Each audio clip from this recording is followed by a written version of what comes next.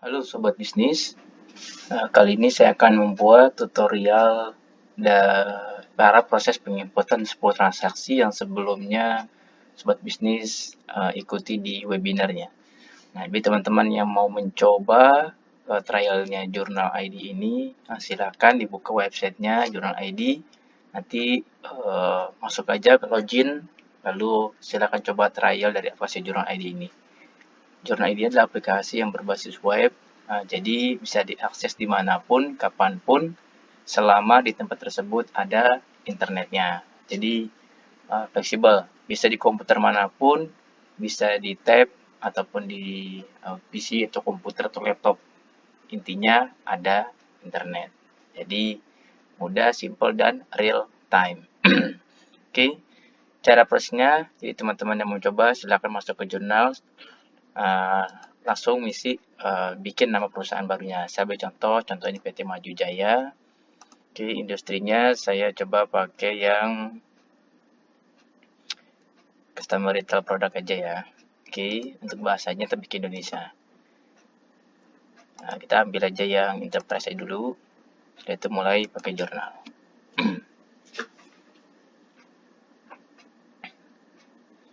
Sini sedang proses untuk membuat database-nya. Nah, tampilan pertama dari jurnal ID. Oke, untuk transaksi pertama di situ kita ada tanggal 2 bulan 9 2021, Tuan A menaruh modal perusahaan sebesar 250 juta rupiah. Caranya bagaimana? Kita langsung saja masuk ke menu Kas dan Bank. Oh iya, maaf sebelumnya kita masuk ke settingan dulu ya. Untuk men-setting, karena perusahaan ini kan mempunyai stok, jadi kita minimal men-setting ini kalau jika punya nanti alamat mau lengkap semua silakan diisi, cuman saya langsung saja masuk ke settingan produk dan jasa. Nah, di sini ada metodenya. Nah, di sini dalam software Jurnal ID itu ada dua settingan untuk persediaannya. Ada harga rata-rata dan ada FIFO. Kali ini saya akan mencoba memakai metode yang FIFO, yaitu barang yang pertama masuk, maka barang itu yang pertama juga keluar. First in, first out. Oke, saya masuk ke FIFO, klik atur. Oke, sudah tersetting. Oke, jika sudah, kita langsung masuk ke transaksi pertama. Kita masuk menu Kas dan Bank, karena dia perusahaan ini baru menaruh modal pertama kali. Kita masuk ke Kas Bank, lalu klik buat transaksi. Di sini ada 3 menu, ada transfer uang, terima uang, dan kirim uang. Transfer uang digunakan untuk proses perpindahan dari kas ke bank ataupun sebaliknya. Terima uang berarti perusahaan menerima uang dari pihak luar. Kirim uang berarti perusahaan mengeluarkan uang ke pihak luar. Untuk menerima modal, maka kita pilih yang terima uang.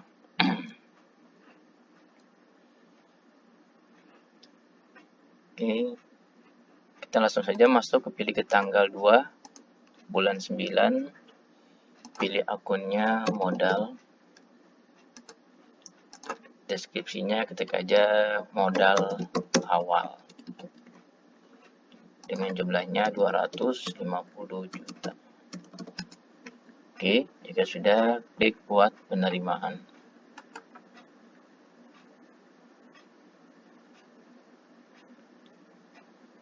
Ya, berhasil diproses. Transaksi pertama sudah selesai.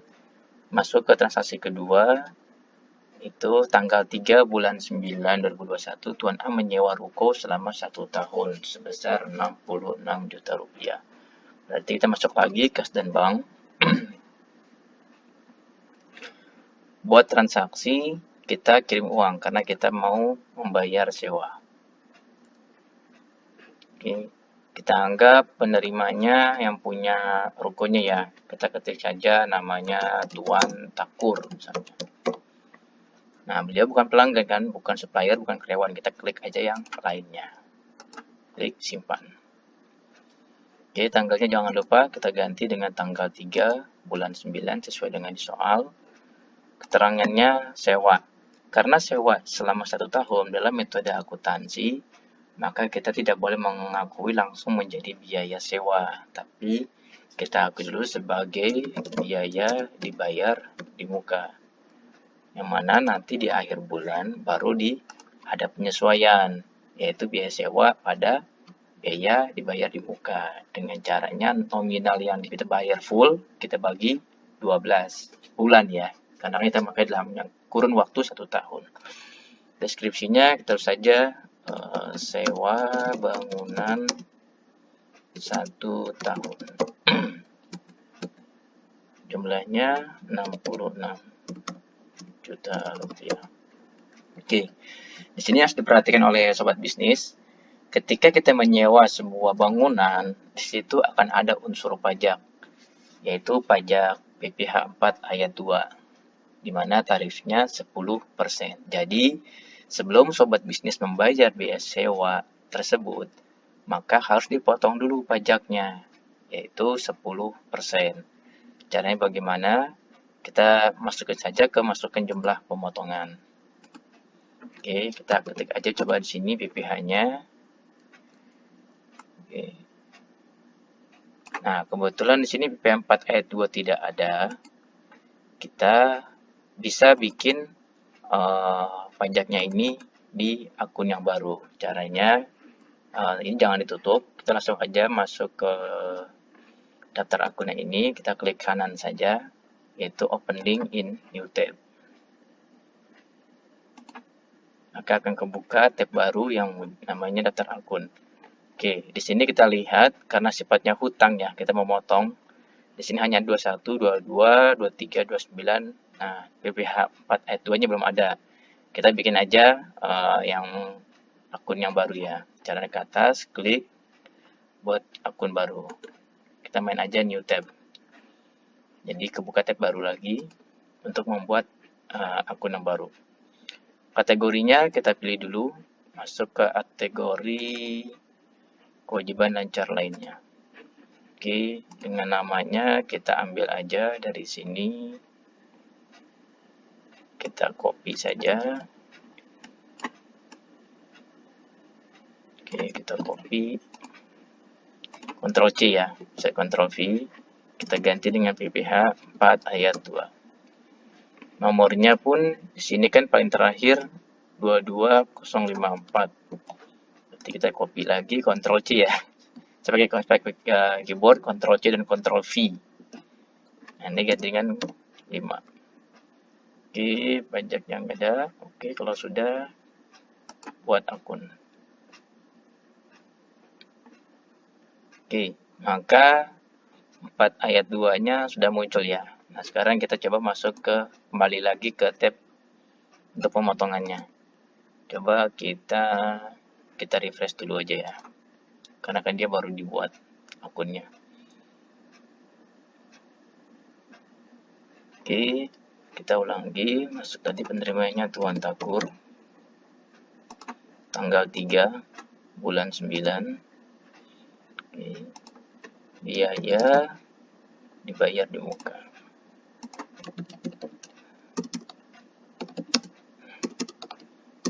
Sewa bangunan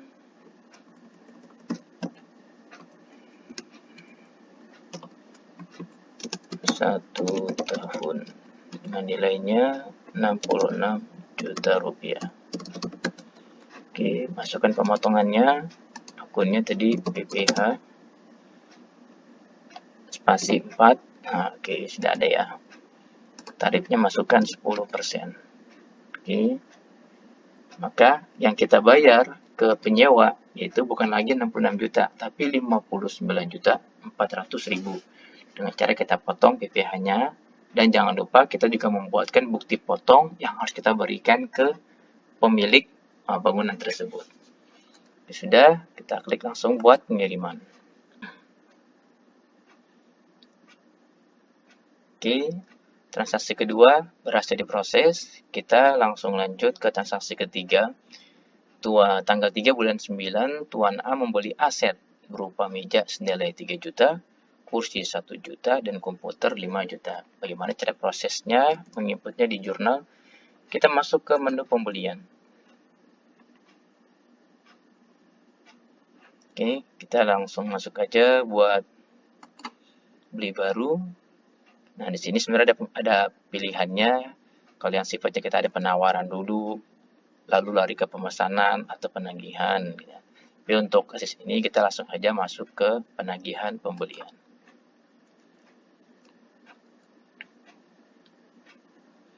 Suppliernya kita bikin aja toko.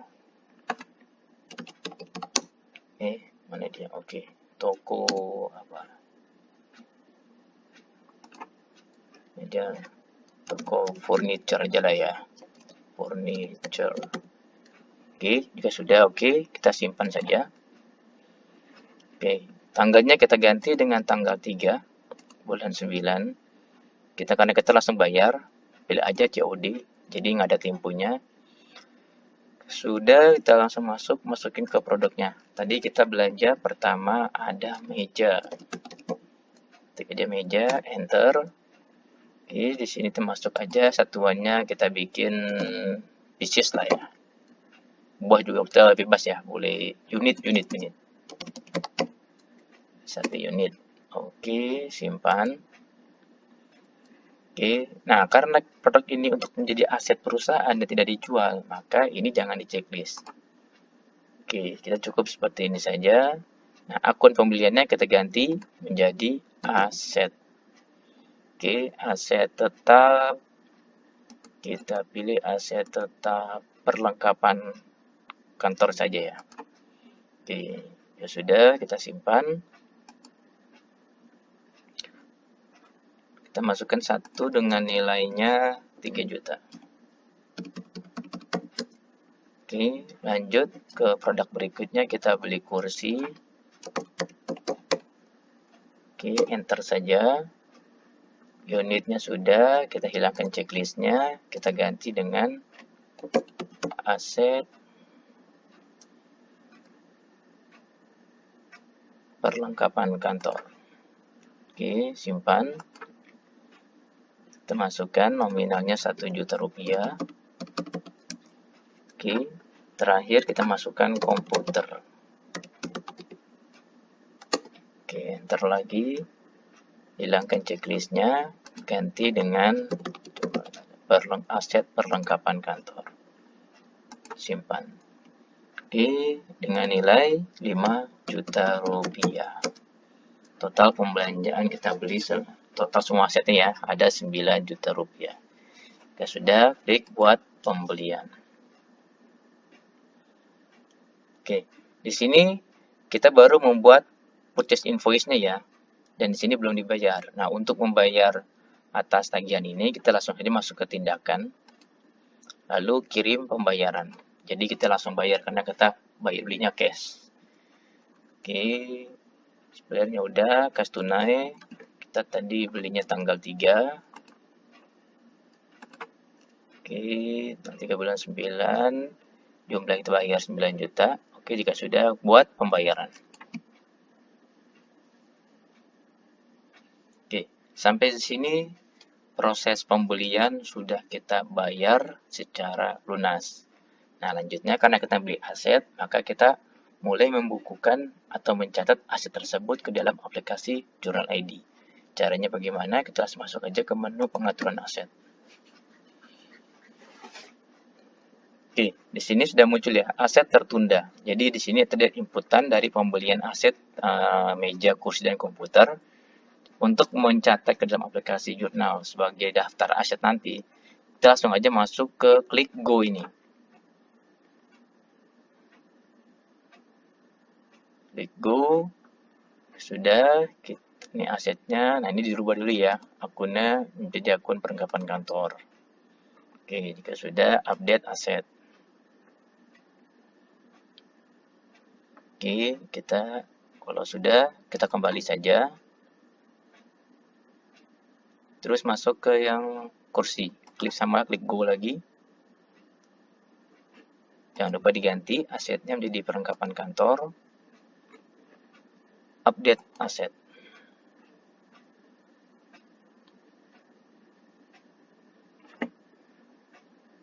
Oke, sudah dimasuk. Kembali lagi. Kita masuk ke terakhir, komputernya kita catat sebagai aset perusahaan. Ini diganti akunnya menjadi perlengkapan kantor, update aset. Oke, sudah selesai mencatatnya. Nah, tadi yang posisinya masih aset tertunda sekarang sudah pindah menjadi aset aktif. Nah, di sini semua sudah tercatat sebagai aset aktif di aplikasi Jurnal ID. Berarti transaksi ketiga sudah clear. Kita lanjut ke transaksi keempat. Tanggal 6 bulan 9,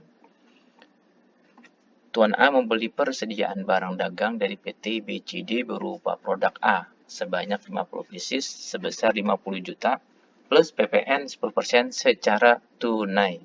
Oke. Kita masuk lagi ke pembelian.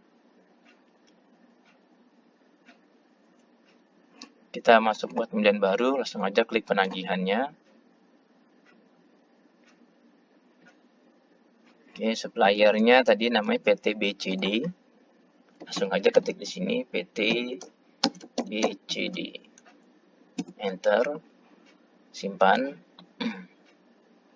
Oke, tanggalnya diganti dengan tanggal 6 bulan 9. Oke, karena kita langsung bayar, pilih yang COD saja. Produknya namanya produk A. Enter. Oke, satuannya kita bikin namanya pakainya pieces lah ya. Pieces. Oke, simpan. Otomatis satuan ini kita nyimpen nih, ada 3. Ada buah, pieces, dan unit. Oke, kita beli. Karena produk ini produk persediaan barangnya akan kita jual, jadi jangan dihilangkan checklistnya.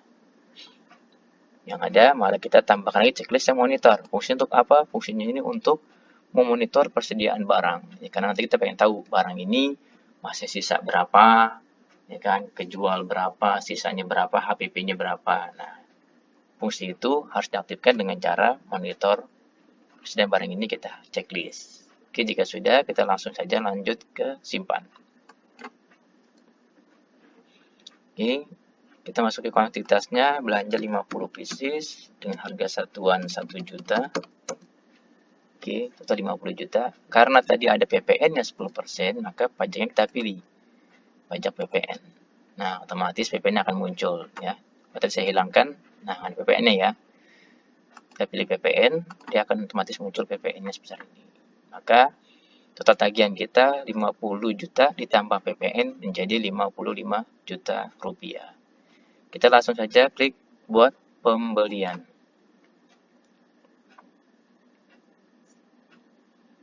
Oke, invoice sudah jadi karena kita langsung bayar. Jadinya jangan langsung masuk ke tindakan kirim pembayaran. Oke, tanggalnya kita ganti dengan tanggal 6 bulan 9. Nominal kita bayar cash full ya, 55 juta. Jika sudah oke, langsung buat pembayaran. Oke, transaksi keempat sudah selesai atas pembelian yang kita lakukan secara tunai. Lalu lanjut ke soal kelima, tanggal 7 bulan 9, Tuan A membeli lagi ya, persediaan barang dari PT EFG berupa produk B sebanyak 100 pieces sebesar 40 juta plus PPN 10% secara kredit. Oke, jadi beda ya, hal ini kita beli secara kredit. Kita masuk ke menu pembelian.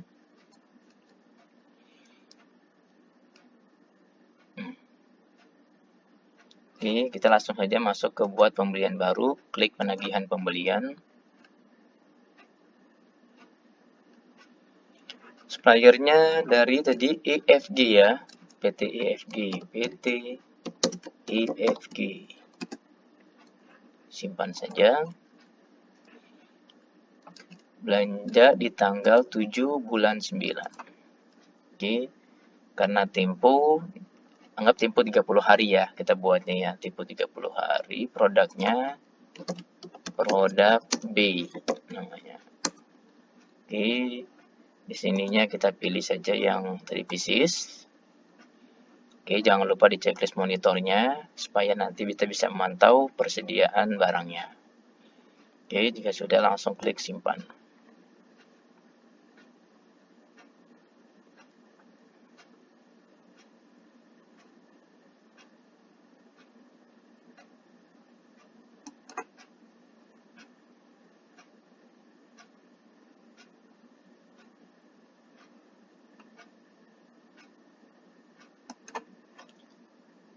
Oh, nama produk B sudah dipakai. Coba kita lihat.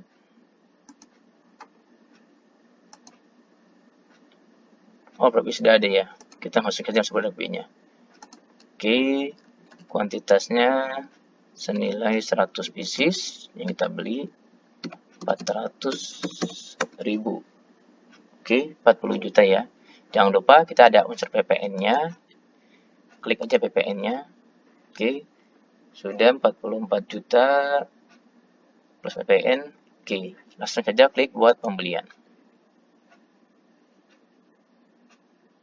Oke, dari sini ada informasi ya, belum dibayar. Kenapa? Ya karena memang kita belinya secara kredit. Jadi sampai sini inputan pembelian secara kredit sudah selesai. Kalau tadi kan kalau lunas langsung kita nanti mungkin berikutnya ada pembayaran, tinggal masuk ke buka lagi invoice-nya, klik tindakan kirim pembayaran. Jika memang nanti sudah dibayar ya. Karena ini masih kredit belum dibayar jadi kita selesai. Kita lanjut ke soal berikutnya, ke soal 6 itu tanggal 9 bulan 9, Tuan A menjual produk A ke PT Ceria sebanyak 30 pieces dengan nilai 36 juta plus PPN 10% secara tunai. Oke. Kita langsung masuk karena kita jual, berarti masuk ke menu penjualan. Oke. Kita langsung masuk ke buat penjualan baru. Nah, di sini juga banyak menunya ya. Ada pemesanan dulu, ada penawaran. Jika memang perusahaan dari sobat bisnis ada proses ada penawaran pemesanan, bisa melalui menu ini. Cuma untuk transaksi kali ini, saya langsung masuk aja ke penagihan penjualan.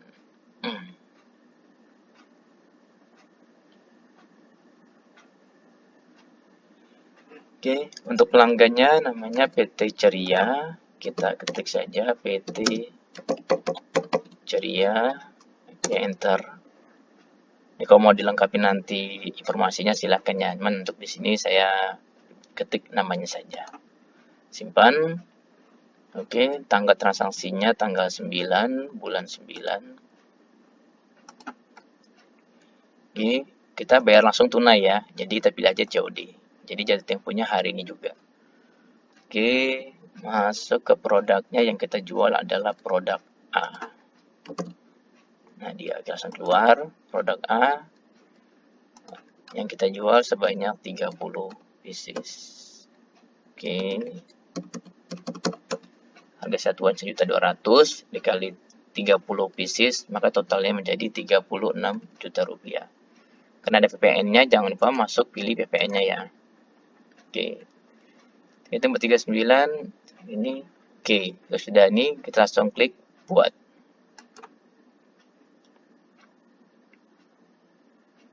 Oke, di sini sudah masuk ke invoice-nya untuk penjualan karena kita mau langsung bayar, maka kita langsung terima pembayaran.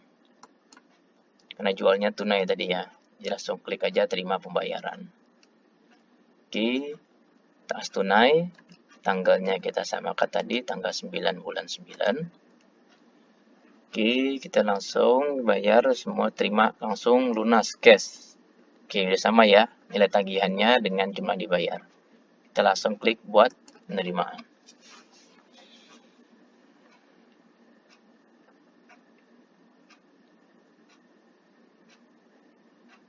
Oke, di sini sudah selesai proses pembayaran dari tagihan penjualan kita. Sudah selesai. Kita lanjut ke menu berikutnya. Oke, receive payment sudah berhasil ya diproses. Oke, lanjut ke transaksi ke-7, tanggal 13 bulan 9, Tuan A menjual produk B ke PT Sentosa sebanyak 60 pieces dengan nilai 30 juta rupiah plus PPN 10% secara kredit.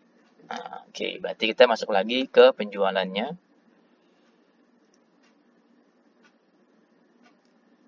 Oke, kita klik buat penjualan baru, klik penagihan penjualan.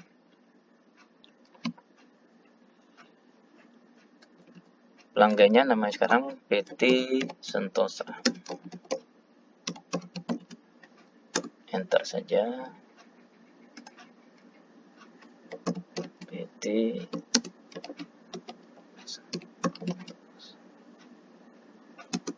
Enter, simpan. Oke, tanggalnya kita ganti dengan tanggal 13 bulan 9. Oke, tempo bikin 30 hari ya temponya ya. Dengan produknya produk B. Oke. Kuantitinya 60 pieces. Kita jual 500.000. Oke, ada PPN-nya 30 juta plus PPN. Oke, plus PPN-nya udah. Oke, jika sudah seperti ini, kita langsung saja klik buat. Oke, dari sini kita sudah bikin invoice-nya. Nah, tadi invoice karena kita jualnya kredit, maka kita jangan klik pembayaran dulu. Ini akan diklik ketika nanti kalau memang pembayarannya sudah diterima. Sampai sini sudah selesai proses penginputan penjualan secara kredit. Oke. Kita lanjut ke menu berikutnya, yaitu di tanggal 8 tanggal 15 bulan 9, Tuan A membeli token listrik sebesar Rp500.000. Oke, kalau kita masuk ke menu langsung ke menu biaya. Oke, kita klik aja, klik buat baru, buat biaya baru. Oke, kita masuk ganti tanggalnya dengan tanggal 15 bulan 9. Pembayaran dengan tunai. Akun biayanya listrik ada ya, listrik. Oke, terang aja, terus saja beli token listrik. Oke, nilainya Rp500.000. Oke, jika sudah, kita langsung. Nah, ini ada dua pilihan. Kalau buat biaya baru, nanti setelah di-save, tampilan setelah di-save ya. Tapi kalau buat dan baru, karena kita tahu nanti berikutnya ada biaya lagi, lebih baik kita pilih aja yang buat dan baru. Oke, jadi nanti ketika kita udah save, klik di sini, maka otomatis tampilannya langsung ke halaman biaya baru lagi. Jadi nggak perlu pindah-pindah lagi menunya ya. Seperti itu prosesnya. Kita langsung transaksi berikutnya tanggal 9 ya. Transaksi ke-9, tanggal 20 bulan 9. Oke, kita pilih aja tanggal 20 bulan 9, pilih aja kas tunai, yaitu untuk membeli keperluan kantor. Oke, kita coba ketik kantor. Oke, ini ada. Masuk aja ke, ini bebas ya, boleh sarana kantor, boleh beban kantor. Sebagian aja karena dia masih kategorinya sesama biaya ya. Jadi pilih yang bebas sama saja. Di sini bikin aja beli keperluan kantor. Oke, nilainya Rp3 juta. Oke, ya sudah, kita langsung klik lagi, pilih yang ini aja. Buat dan baru. Oke, masuk ke transaksi terakhir ya. Di sini tanggal 27 bulan 9, Tuan A membayar gaji karyawan sebesar 10 juta. Oke, tanggal 27 bulan 9. Kita ganti tanggal 27 bulan 9. Kas tunai. Akunnya masuk aja, klik gaji, tulis. Coba kita cari, ada ya gaji. Saja. Biaya gaji karyawan. Nilainya Rp10 juta. Oke. Nah, ini karena udah habis, terakhir kita klik yang ini aja. Langsung buat biaya baru. Nah, seperti ini ya perbedaannya. Kalau tadi kita klik yang biaya dan baru dengan biaya doang, nah seperti tampilannya. Jadi kalau ini kan nanti kalau kita mau input baru lagi kan kita harus klik biaya lagi. Nah, tadi saran saya supaya nggak bolak-balik, pilih yang buat dan baru. Jadi langsung ke tampilan menu yang bisa input biaya yang berikutnya lagi. Oke, dari sini sudah selesai Coba sekarang kita cek kas dan banknya.